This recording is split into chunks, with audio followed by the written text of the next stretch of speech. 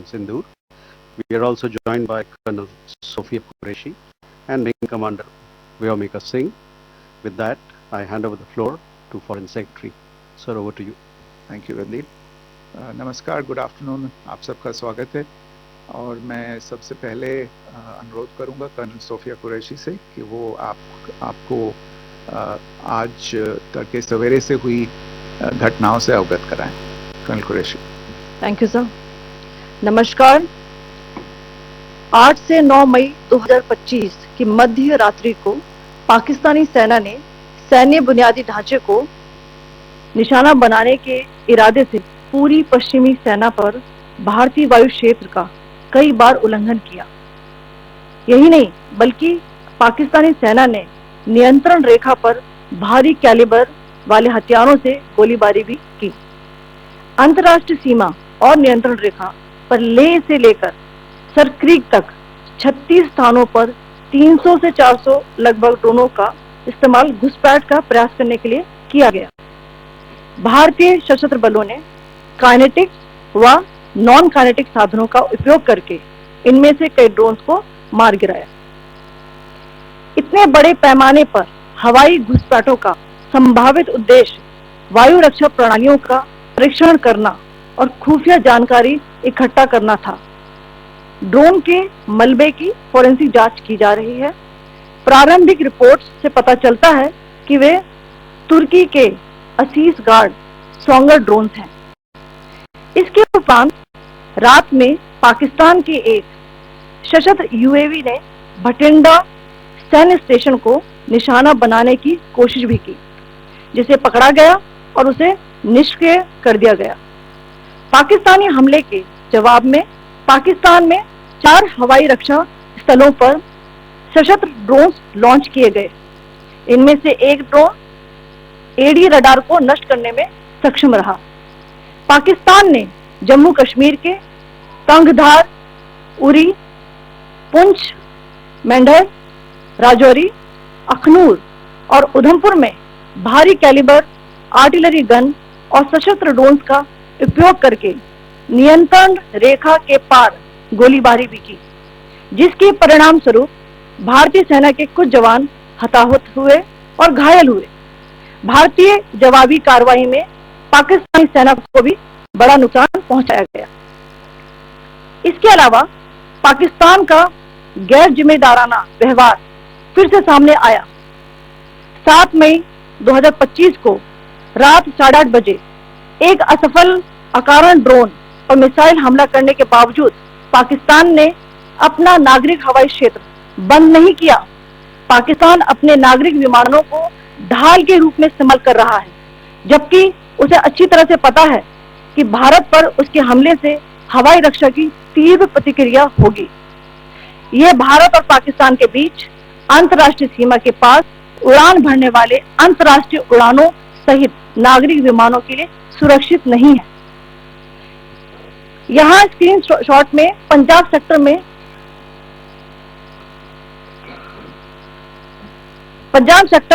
High air defence alert स्थिति के दौरान एप्लीकेशन फ्लाइट रडार 24 का डेटा दिखाया गया है। जैसा कि आप देख रहे हैं यहाँ पर भारतीय पक्ष का हवाई क्षेत्र घोषित बंद के कारण नागरिक हवाई यातायात से पूरी तरह से रहित है। कराची और लाहौर के बीच के हवाई अड्डे मार्ग पर नागरिक एयरलाइंस उड़ान भर रही है। हाईलाइट किया गया है विमान फ्लाइनेस एविएशन का एयरबस 320, जैसा कि आप यहाँ देख रहे हैं, जो कि शाम को 5:50 बजे दमन से शुरू हुआ और रात को 9:10 बजे लाहौर में उतरा। ये सारा डिटेल्स आप यहाँ देख रहे हैं। ये डिटेल्स यहाँ लिखा हुआ है। क्या details?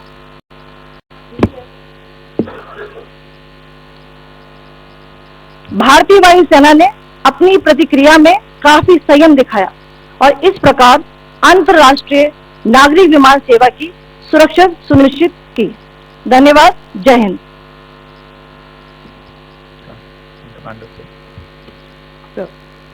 Good afternoon to you all. On the intervening night of 8th-9th May 2025, Pakistan military carry out multiple violations of Indian airspace along the entire western border with an intent to target military infrastructure. Pakistan military also resorted to firing of heavy caliber weapons along the line of control. Along the international border and line of control, drone intrusions were attempted from Leh to Sar Creek at 36 locations with approximately 300 to 400 drones. Indian Armed Forces brought down a number of these drones using kinetic and non-kinetic means. The possible purpose of these large-scale aerial intrusions were to test the AD systems and gather intelligence. Forensic examination of the drone debris is being undertaken. Preliminary reports suggest them to be of Aziz Guard Songa drone of Turkey. Later in the night, an armed UAV of Pakistan attempted to target Bhatinda military station, which was detected and neutralized. In response to the Pakistani attack, armed drones were launched at 4 air defense sites in Pakistan. One of the drones was able to destroy an AD radar. Pakistan also carried out artillery shelling across the line of control using heavy caliber artillery guns and armed drones at Sangdhar, Uri, Poonch, Mendhar, Rajouri, Akhnur and Udhampur in Jammu and Kashmir area, which resulted in some losses and injuries to Indian Army personnel. Pakistan Army also suffered major losses in Indian retaliatory fire. Additionally, Pakistan's irresponsible behavior again came to fore. Pakistan did not close its civil airspace despite it launching a failed unprovoked drone and missile attack on 7th May at 8:30 hours in the evening. Pakistan is using civil airliners as a shield, knowing fully well that its attack on India would elicit a swift air defense response. This is not safe for the unsuspecting civil airliners, including the international flights which were flying near IB between India and Pakistan. The screenshot we just showed and we shall share with you, it shows the data of the application Flight Radar 24 during a high air defense alert situation in the Punjab sector. As you have seen, the airspace on the Indian side is absolutely devoid of civil air traffic due to our declared closure. However, there are civil airlines flying the air route between Karachi and Lahore. Amongst the other civil aircraft that you can see, we have highlighted an aircraft which is Airbus 320 of Flynas Aviation, which was originated from Dammam at 1750 hours and landed later at Lahore at 2110 hours in the night. Indian Air Force demonstrated considerable restraint in its response, thus ensuring safety of international civil carriers.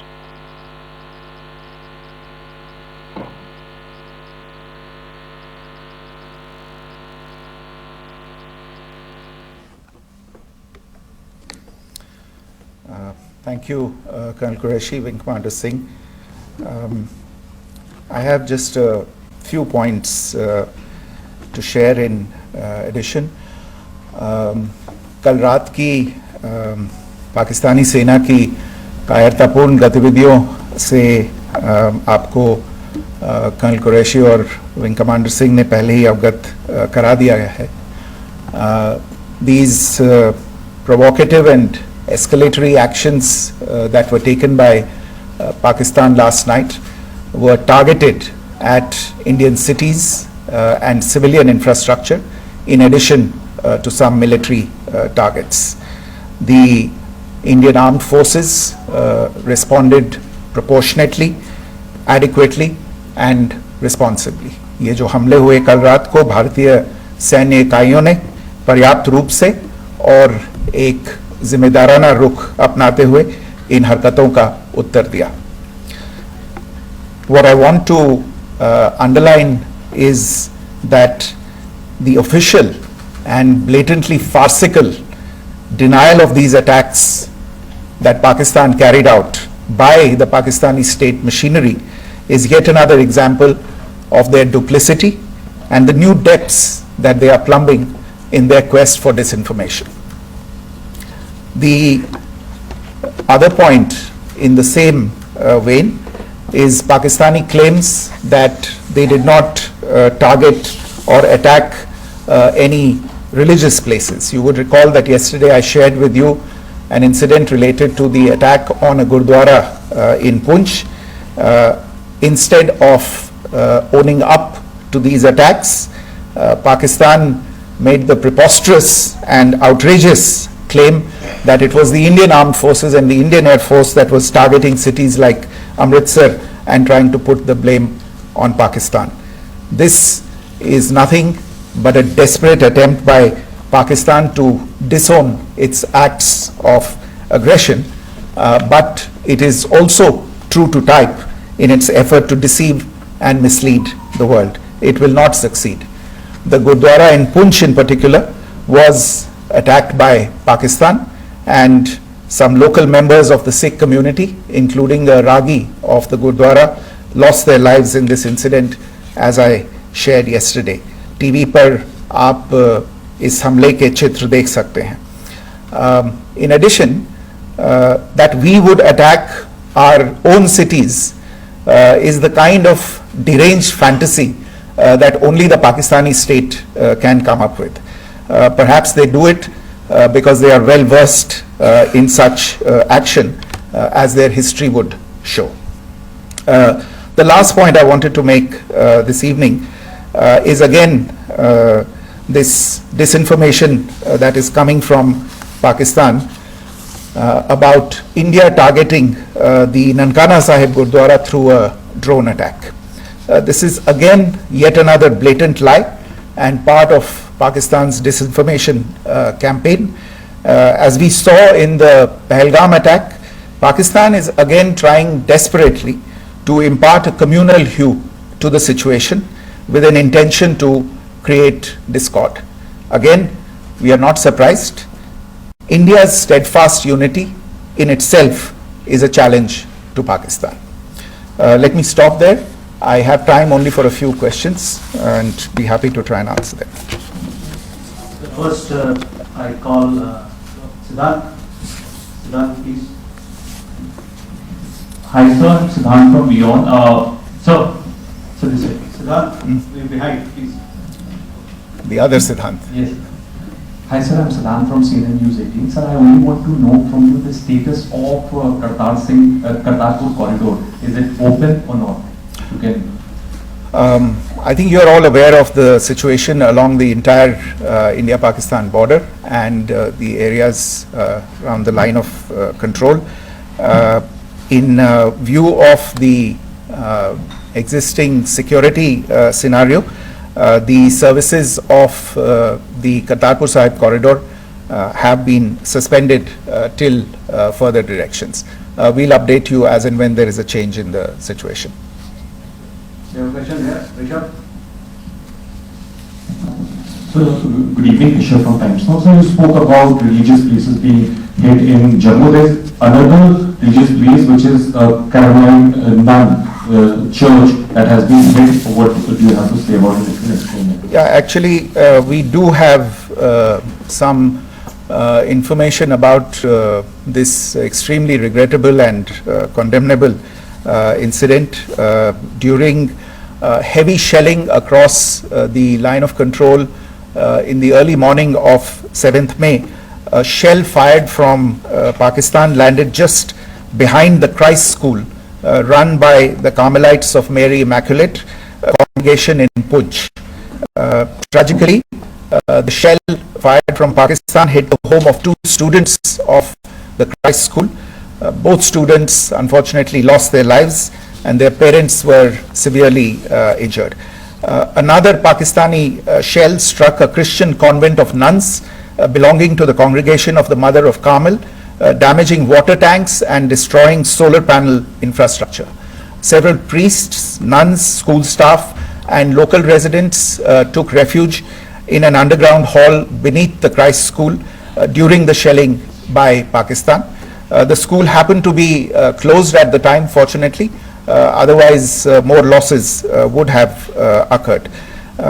Again, we have seen the Pakistani side targeting and shelling places of worship with a particular design. This includes gurdwaras, these convents and temples. This is a new law even for Pakistan.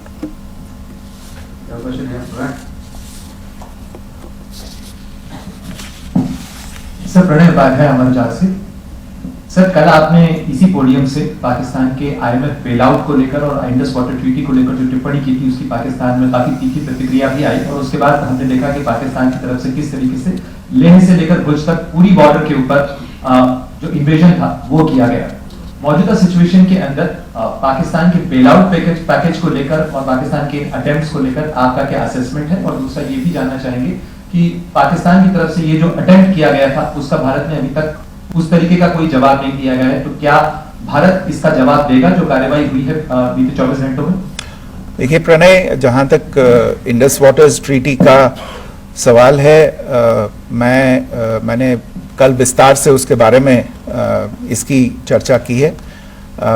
Indus waters treaty is in abeyance and as such I have nothing further to add to the decision that was announced by the cabinet committee on security. जहाँ तक IMF bailout का सवाल है, आपको ज्ञान होगा कि IMF की आज मीटिंग हो रही है।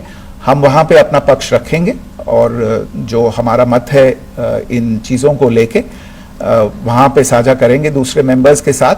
ये बोर्ड पे निर्भर है कि वहाँ पे क्या निर्णय होता है।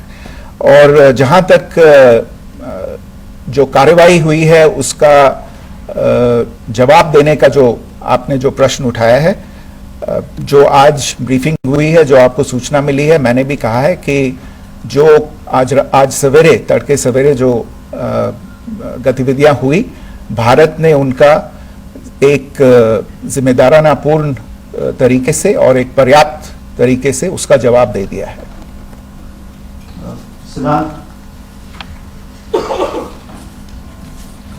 Hi sir, Siddhant from Beyond. Sir, the External Affairs Minister has spoken to many of his counterparts around the world. Yesterday he spoke to the US Secretary of State Marco Rubio. So what were the key areas of conversations during that call? Yes, the minister had a conversation with the US Secretary of State. As you can imagine, the focus of discussions was the terrorist attack in Pahalgam and the response that India mounted after that on the 7th of May. The Secretary of State shared his thoughts on these developments with the minister. The minister deeply appreciated the US's commitment to work with India in the fight against terrorism, and he also underlined the targeted measures that India had taken in connection with Ops Sindoor. The minister also underlined that India would firmly counter any attempts at escalation from there. But in follow-up to that, as you are aware, there have been a number of other conversations. The minister had a conversation with the UK Foreign Secretary, David Lammy, today. There too, the discussion centered around countering terrorism, for which there must be zero tolerance. And I understand just a short while ago, the External Affairs Minister has also spoken to the Foreign Minister of Norway, Espen Barth Eide, which was also focused on recent developments stemming from the terrorist act in Pahalgam. One last question, Sudhir. Sir, Foreign Secretary, thank you for the invitation from Bloomberg. Foreign Secretary, India had struck Bahawalpur the other day, which is also connected with the murder of one of us, journalist Daniel Pearl. If you could give us an understanding of what exactly are the reports that you're getting. You're right. Bahawalpur is the headquarters of the Jaish-e-Mohammed terrorist group that is proscribed by the United Nations. Its leader, Maulana Masood Azhar, is a proscribed individual. It is, you brought up the connection with the tragic death or killing of Daniel Pearl of the Wall Street Journal. The Jaish-e-Mohammed was in some way directly or indirectly responsible for the death of Daniel Pearl. But the real connection is through Ahmad Omar Saeed Sheikh, the British Pakistani jihadi who was held in India but was finally released in 2000, and he was the person who lured Daniel Pearl to his eventually leading to his murder. So these are all obviously connected figures, connected individuals, connected institutions, and the attack on Bahawalpur, on that facility of the Jaish-e-Mohammed in Bahawalpur is, I would imagine, a fitting part of this unfortunate incident. Thank you all. Thank you, sir. With that, we come to the closure of this press briefing. Thank you very much.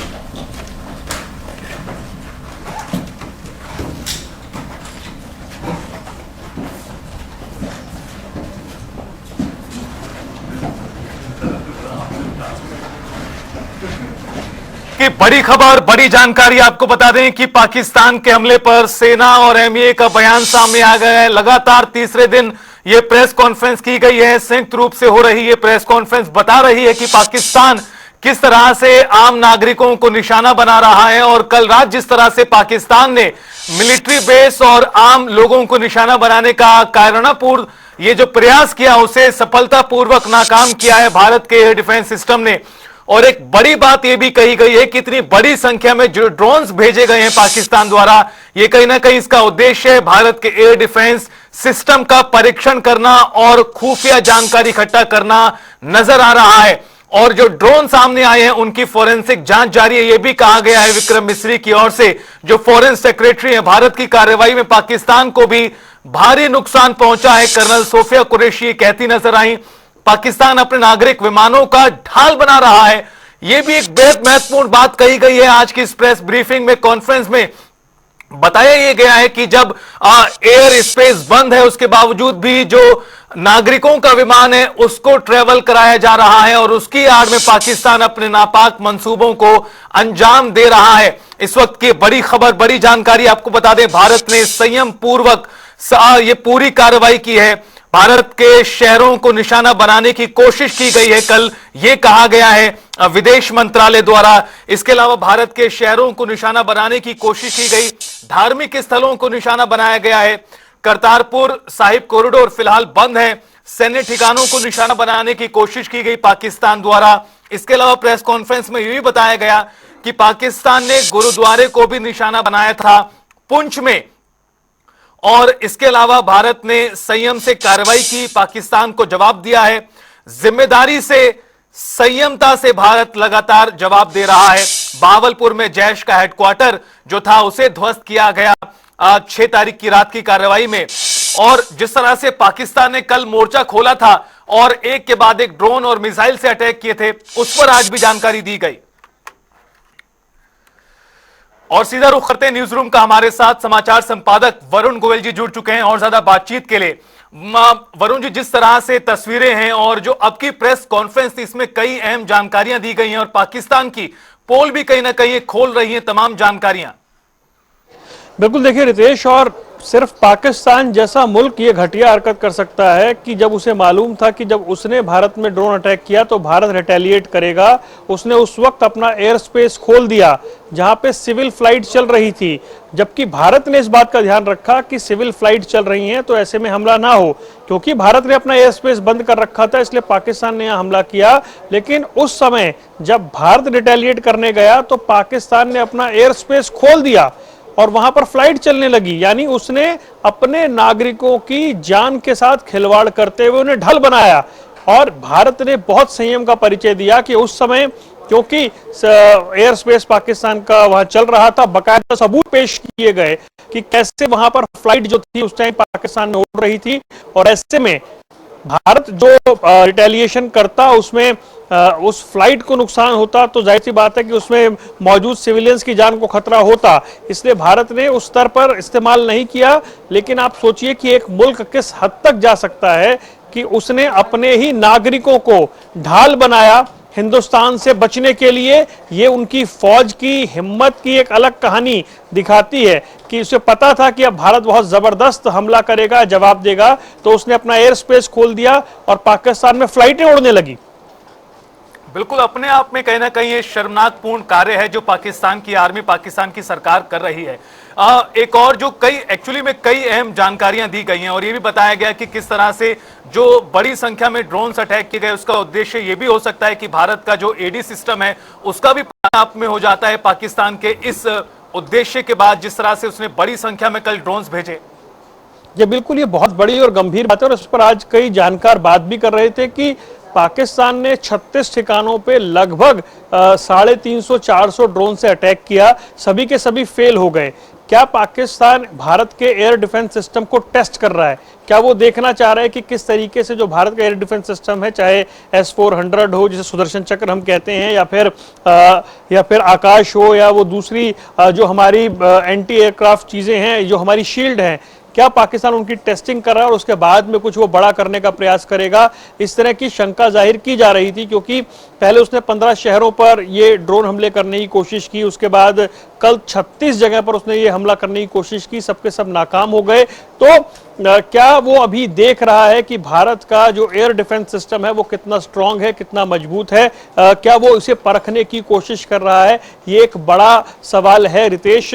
और वहीं दूसरी ओर जो पाकिस्तान ने कल हरकत की है 36 जगह पर एक साथ जो उसने हमला किया है, उसके बाद भारत का रिएक्शन जो है, कल भारत ने मुंह तोड़ जवाब दिया, अभी बता रहे थे विदेश सचिव, लेकिन उसकी तीव्रता, उसका रिएक्शन कितना ज्यादा होगा उसका अभी हमें भी इंतजार है। और क्या पाकिस्तान अभी जो कोशिश कर रहा है, क्योंकि ये अभी तक भारतीय फोर्स ने, भारतीय अधिकारियों ने नहीं कहा है कि ऑपरेशन सिंदूर ओवर हो गया है, वो अंडरवे है, वो चल रहा है, तो पाकिस्तान की किसी भी हिमाकत का उसे मुंह तोड़ जवाब मिलेगा। लेकिन लग ऐसा रहा है कि पाकिस्तान ने जिस तरीके से लगभग हर उस सेंटर पे, चाहे वो गुजरात हो, राजस्थान हो, पंजाब हो, जम्मू कश्मीर हो, उसने बॉर्डर के तमाम एरियाज पे ड्रोन और मिसाइल भेजकर शायद ये टेस्टिंग करने की कोशिश की हो कि देखा जाए भारत का सिस्टम कैसा है। क्योंकि जब हमारे ड्रोन वहां घुसे थे तो पाकिस्तान का सिस्टम धरा का धरा रह गया था, फिर पिंडी से लेकर लाहौर तक उन्होंने अपना कमाल दिखाया था। और उससे पहले जब 7 मई की रात को भारत ने पाकिस्तान के 9 ठिकानों पर अपनी मिसाइलें दागी थी, 24 की 24 मिसाइलें सटीक अपने ठिकाने पर जाकर लगी थी और पाकिस्तान का एयर डिफेंस सिस्टम धरा का धरा रह गया था। उसके बाद पाकिस्तान ये कोशिश कर रहा है, ये था लेने की कोशिश कर रहा है कि भारत का जो एयर डिफेंस सिस्टम है और सरफेस टू एयर जो मार करने वाले भारत की मिसाइल्स हैं वो कितनी कारगर हैं, उनमें कितनी क्षमता है। शायद एक ऐसी ये कोशिश हो सकती है, इसको उस तरीके से देखा जाना चाहिए। लेकिन बड़ी हैरान की बात है कि एक मुल्क जो अपने आप को प्रोफेशनल आर्मी जो कहती है, उसने अपने ही सिविलियंस को ढाल बना लिया और उनकी आड़ में उसने बचने की कोशिश की, अपने ही नागरिकों की जान को खुलेआम खतरे में डाला। और जो दूसरा मुल्क है जिससे लड़ाई चल रही है, उस देश ने कम से कम इस बात का ध्यान रखा कि इनके सिविलियन ना मारे जाएं। ये दो देशों की सोच के बीच का अंतर जो है साफ तौर पर दिखाता है। और बिल्कुल यही बात कही गई इस प्रेस कॉन्फ्रेंस में भी कि भारत ने संयम और जिम्मेदारी के साथ कार्रवाई की है। लेकिन वरुण जी, जिस तरह से पाकिस्तान और ज्यादा गर्त में अपने गलत कामों को लेकर जा रहा है, सिविलियंस को ढाल बना रहा है, भारत में आम नागरिकों को निशाना बनाने की कोशिश कर रहा है, इतना ही नहीं झूठी खबरें भी प्रचारित कर रहा है, पूरा कैंपेन वो सोशल मीडिया के जरिए चला रहा है।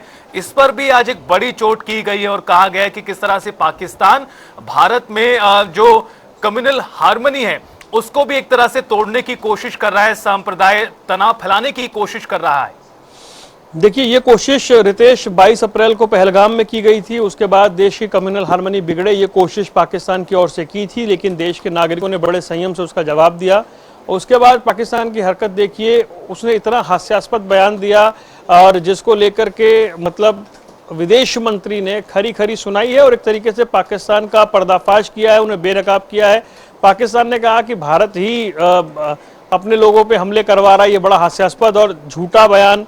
उसके बाद पाकिस्तान ने कहा कि भारत ने ननकाना साहिब पे हमला करने की कोशिश की। ननकाना साहिब सिखों के लिए सर्वोच्च धार्मिक स्थान है। मतलब पाकिस्तान जितने झूठ और जितना प्रोपेगेंडा फैला सकता है वो फैलाने की कोशिश जरूर कर रहा है ताकि वैमनस्य बढ़े। और ये बात जग जाहिर है कि पाकिस्तान इसी तरह के छद्म युद्ध या इसी तरह की हरकत करके लड़ाइयां लड़ना चाहता है।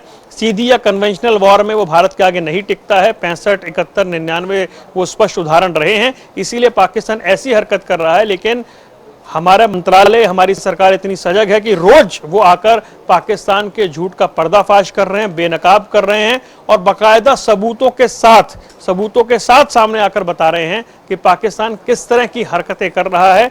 लेकिन वो कब तक खैर मनाएगा वो सब जानते हैं। और इस तरह की हरकतों से बहुत लंबे दिन तक गाड़ी चलती नहीं है। और जो प्रोवोकेशन कल पाकिस्तान ने किया है 36 स्थानों पर एक साथ अटैक करके, भारत बहुत जबरदस्त तरीके से जवाब देगा, ये बिल्कुल तय है। वरुण जी, जो भारत ने कहा आज की प्रेस कॉन्फ्रेंस में भी या पहले भी कि भारत जो है जिम्मेदारी के साथ, संयमता के साथ कार्रवाई कर रहा है, सिविलियंस को निशाना नहीं बना रहा, सैन्य मिलिट्री बेसिस को निशाना नहीं बना रहा, ये लेकिन कब तक? जब पाकिस्तान इस तरह से नापाक हरकतें कर रहा है, आम लोगों को निशाना बना रहा है, धार्मिक स्थलों पर निशाना साध रहा है, फिर अब बॉर्डर के उधर से गोलीबारी कर रहा है, लगातार आज भी काफी तस्वीरें आई जिसमें भारी नुकसान हुआ है, और 7 तारीख की एक तस्वीर भी सामने आई जिसमें किस तरह से कितना बड़ा अटैक हुआ एक रिहायशी इलाके में। कब तक संयम और ये जिम्मेदारी के साथ भारत ये एक्शन करेगा? और देखिए, भारत जबरदस्त जवाब दे रहा है। हमारे पास एक सूची आई थी, हालांकि अभी आधिकारिक पुष्टि का इंतजार है, कि जिसमें पाकिस्तान के कब्जे वाले कश्मीर में पाकिस्तान की चौकियों को बुरी तरह तबाह किया गया है। वहां मरने वालों की हताहत जो पाकिस्तानी फौजी हैं उनका नंबर भी 25 से 26 तक है, ये बताया गया है। और इसके अलावा भारत ने जिस तरीके से कल और परसों रात और कल जिस तरह का हमला किया था, उसके बाद दिन में एलओसी पर पाकिस्तान शांत हो गया था। हालांकि कल रात उसने जबरदस्त हरकत की है। सांबा सेक्टर में हमने 7 आतंकवादियों को मारा है। बीएसएफ ने उनको अंदर घुसने से रोका है। रात 11 बजे अंदर घुसने की कोशिश उन्होंने की थी। तो इस तरह की तमाम हरकतें जो हैं वो पाकिस्तान कर रहा है। पाकिस्तान के लिए जो फ्रस्ट्रेशन जो है, उसकी कुंठा जो है वो इस बात की है कि वो भारत के हमले के बाद अभी तक अपनी आवाम को बताने के लिए हिंदुस्तान में कुछ कर नहीं पाया है। चाहे उसने 15 शहरों पर हमला करने की कोशिश की हो, कल 36 स्थानों पर हमला करने की कोशिश की हो, घुसपैठ करने की कोशिश की हो, वो सिर्फ फेल रहा है। एलओसी पर उसने बड़ी उग्र कार्रवाई करते हुए सीधा सिविलियन इलाकों में मोटार दागे हमला किया, जिसमें कई सिविलियन की डेथ हो गई।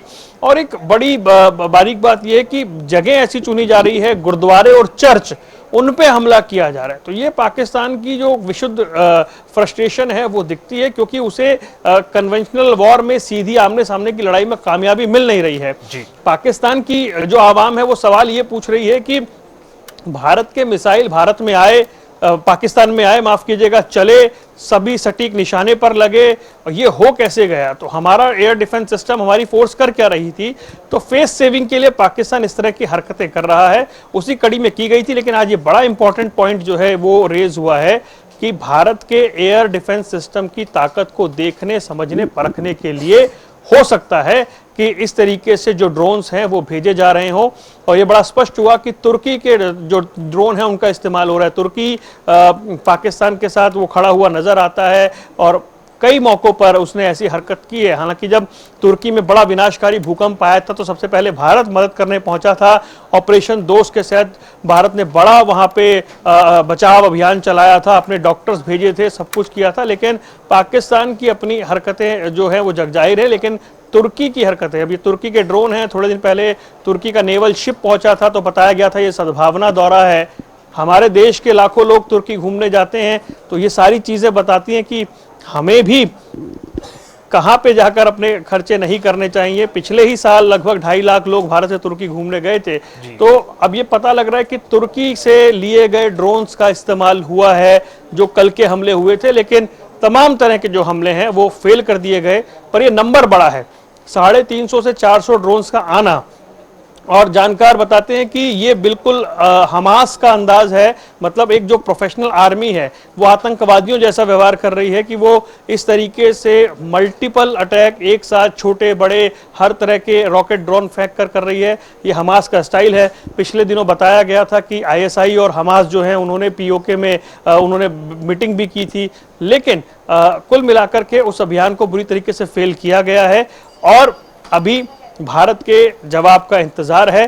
पाकिस्तान गीदड़ भपकी भी दे रहा है, अपने पार्लियामेंट में खड़े होकर गाल भी बजा रहा है, साथ ही साथ दुनिया से एस्केलेशन की बार बार शांति बहाली की अपील भी कर रहा है। यह हालत है कि पाकिस्तान की संसद में सांसद खड़ा होकर अपने प्रधानमंत्री को गीदड़ कह रहा है कि तुम मोदी से डरते हो। यह पाकिस्तान की स्थिति है जो पूरी दुनिया में उसको एम्बैरेसमेंट और हंसी का पात्र बना रही है।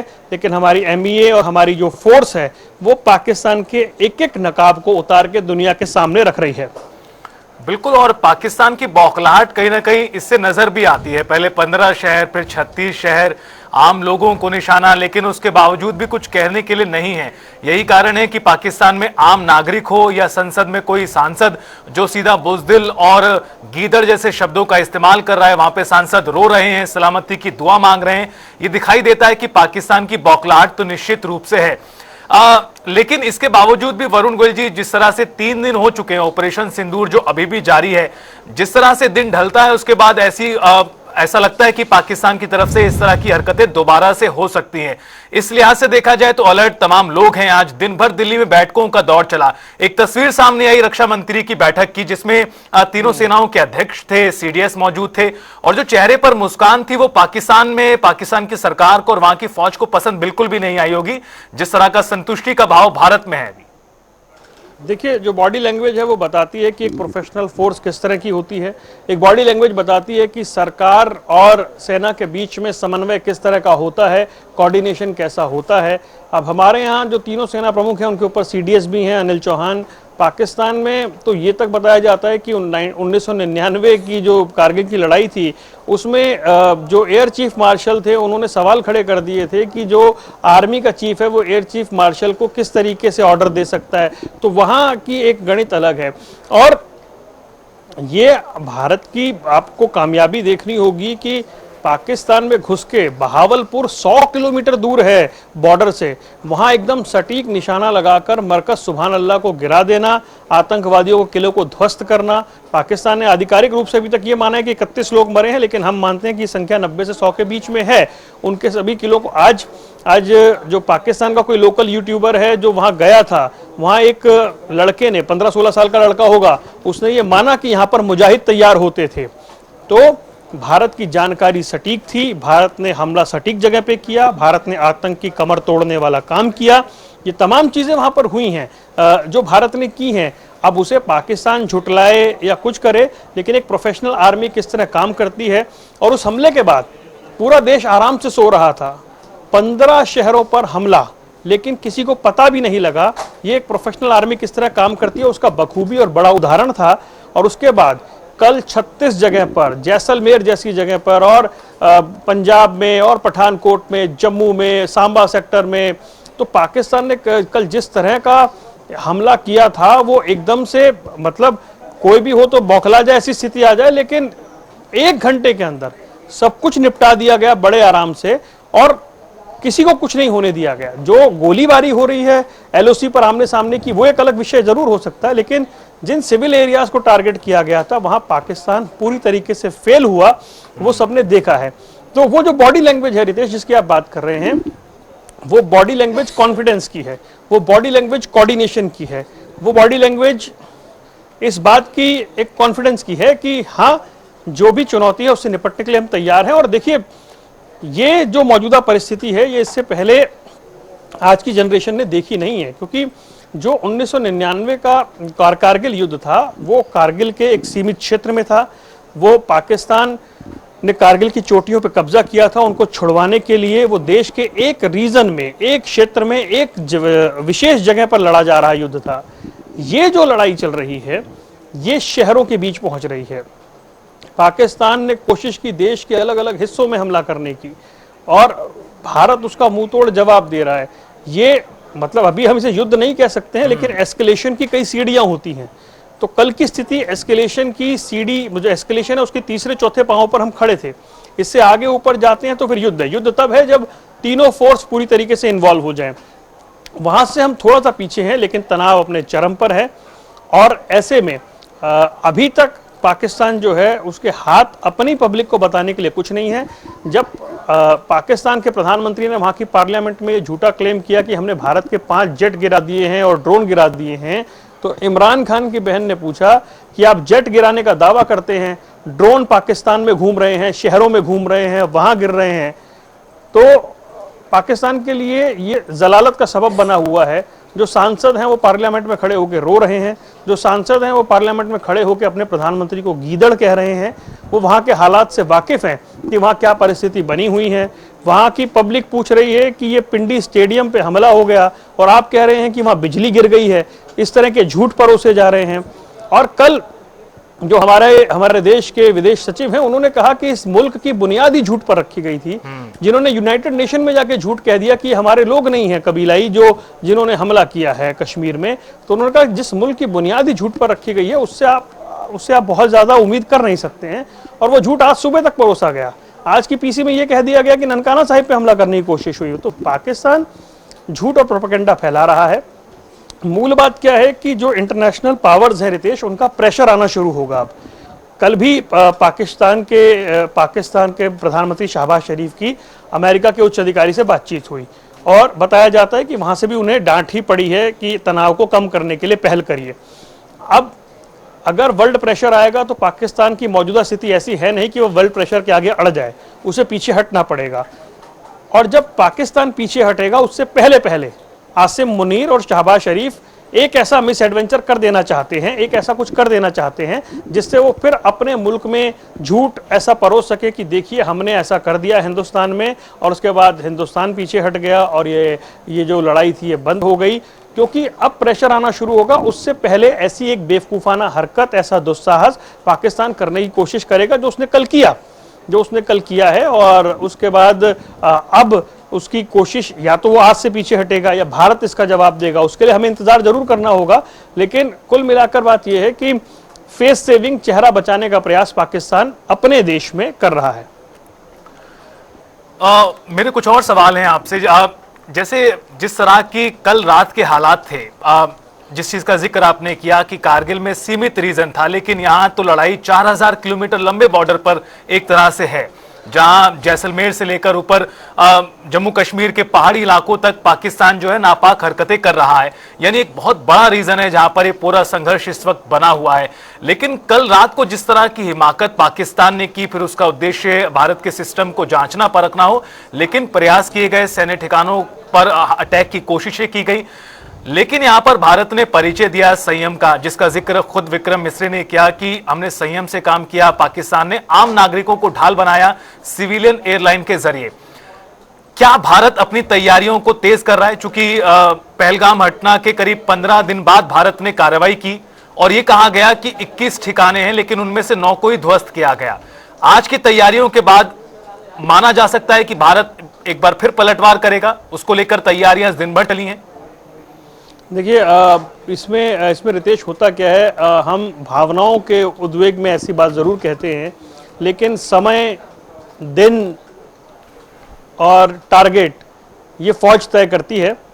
और ये जाहिर सी बात है, 400 ड्रोन का आना, जिसमें बहुत सारे स्वार्म ड्रोन हैं, जिन्हें सुसाइडल ड्रोन कहा जाता है, ये छोटी बात नहीं है।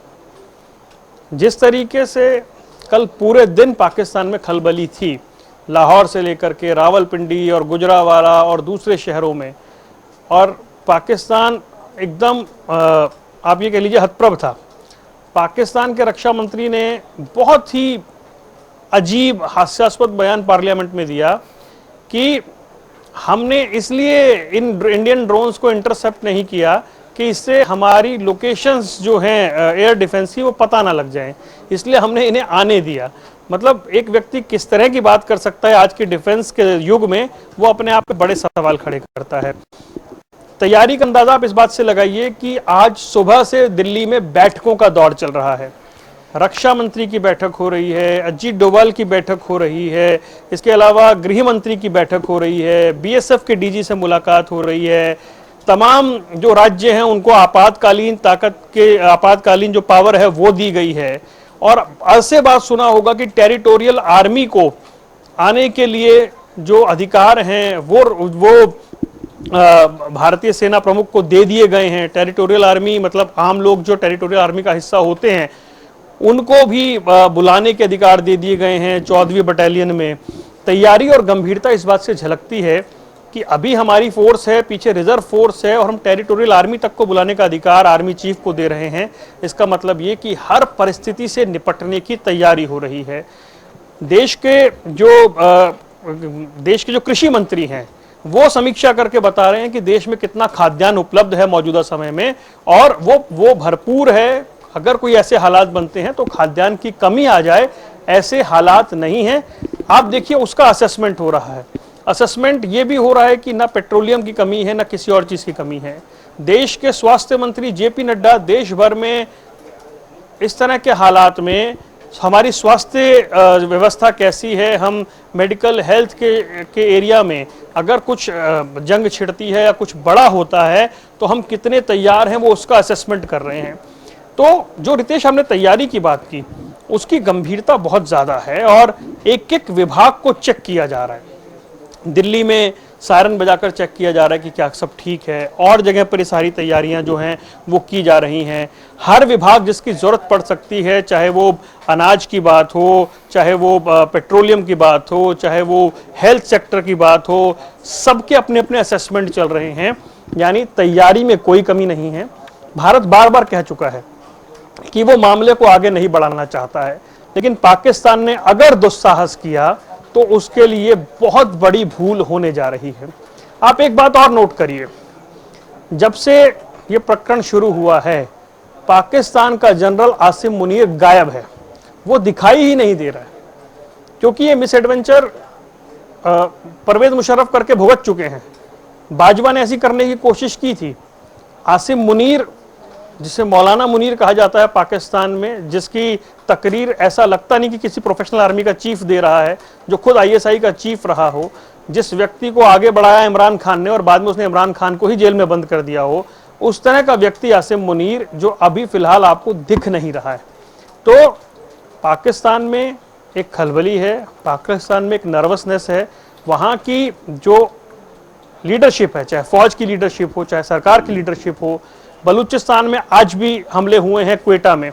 कल भी बलूचिस्तान में बीएलए के विद्रोहियों ने पाकिस्तान के फौजी मारे हैं। कल जब ऐसा लगा कि मामला बहुत ज़्यादा एस्केलेट होगा तो आप सोचिए पीटीआई यानी तहरीके इंसाफ के समर्थक सड़क पर उतर आए और वो तो इमरान खान को जेल से निकालना चाह रहे थे। पाकिस्तान भयानक अंतर्द्वंद में है।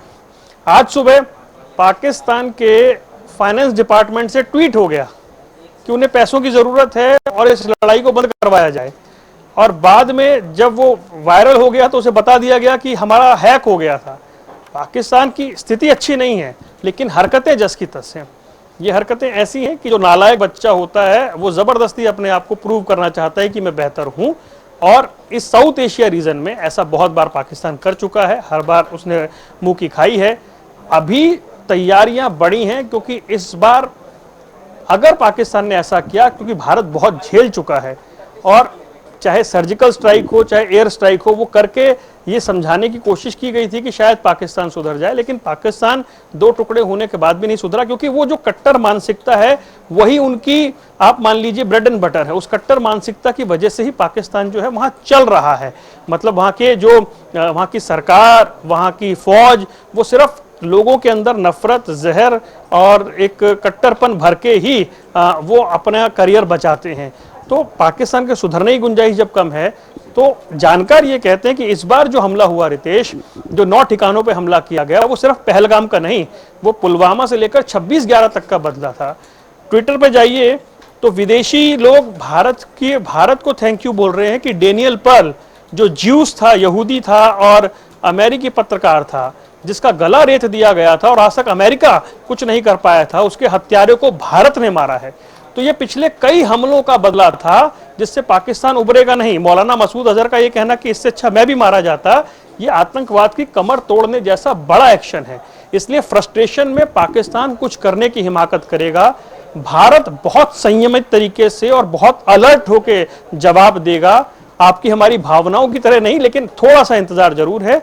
वेट एंड वॉच की स्थिति है। भारत ने एक्शन ले लिया है, कुछ और बड़ा भी हो सकता है। बिल्कुल, और ये बड़ा जरूर होगा। इसकी जिस तरह से आपने भी जिक्र किया कि इसकी प्रधानमंत्री ने भी छूट दी है कि सेना ये तय करे टारगेट क्या होगा, समय क्या होगा और अटैक किस तरह का होगा। एक आखिरी सवाल और मेरा आपसे, जिस तरह से पाकिस्तान ने कल अटैक किया उसको लेकर विदेश जो प्रेस कॉन्फ्रेंस हुई उसमें बताया गया कि जिस इंटेंसिटी के साथ पाकिस्तान ने जवाब दिया, जवाब देने की कोशिश की, उसी इंटेंसिटी के साथ भारत ने भी रिप्लाई किया। कल जिस तरह से रिप्लाई किया गया पाकिस्तान द्वारा, यानी हम मान सकते हैं कि जब भी भारत अब कार्रवाई करेगा तो वो छोटे स्तर पर नहीं होगी। देखिए रितेश, इस बार जो कहा गया है कि मिट्टी में मिलाया जाएगा, वो अभियान उस तरह का है। अब पाकिस्तान, क्योंकि हम बार बार कह रहे हैं कि हमारा निशाना सिर्फ आतंकवादियों पे है, अमेरिका ने जब बात की तो दो टूक कह दिया गया कि आतंकी फैक्ट्री को खत्म करना हमारा टारगेट है। मैं फिर कहता हूं, ऑपरेशन सिंदूर अभी खत्म नहीं हुआ है, लेकिन अगर पाकिस्तान को लगता है कि वो भारत के शहर या सैन्य ठिकानों पर हमला करके अपनी फौज के बीच में वाहवाही, अपने लोगों के बीच में वाहवाही बटोरेगा और फिर जाके दुनिया को कहेगा कि जी लड़ाई रुकवाइए, तो ऐसा होने वाला नहीं है।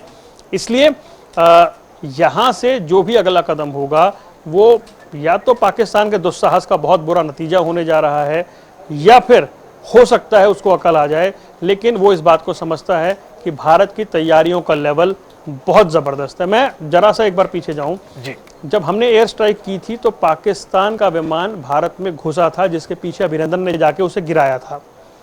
इस बार अभी तक पाकिस्तान ऐसी कोई हरकत नहीं कर पाया, क्योंकि हमने पिछली बार की घटना से सीखते हुए तैयारी बहुत जबरदस्त रखी हुई है और पाकिस्तान ऐसी हिमाकत कर नहीं पा रहा है कि वो हमारे एयर स्पेस को क्रॉस करे। ऐसा करेगा तो फिर उसके जेट नीचे पड़े हुए मिलेंगे।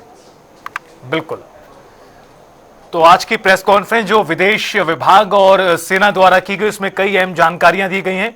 फिलहाल आपका बहुत शुक्रिया वरुण गोयल जी जुड़ने के लिए और विस्तार से इस पूरी खबर पर बातचीत और चर्चा के लिए।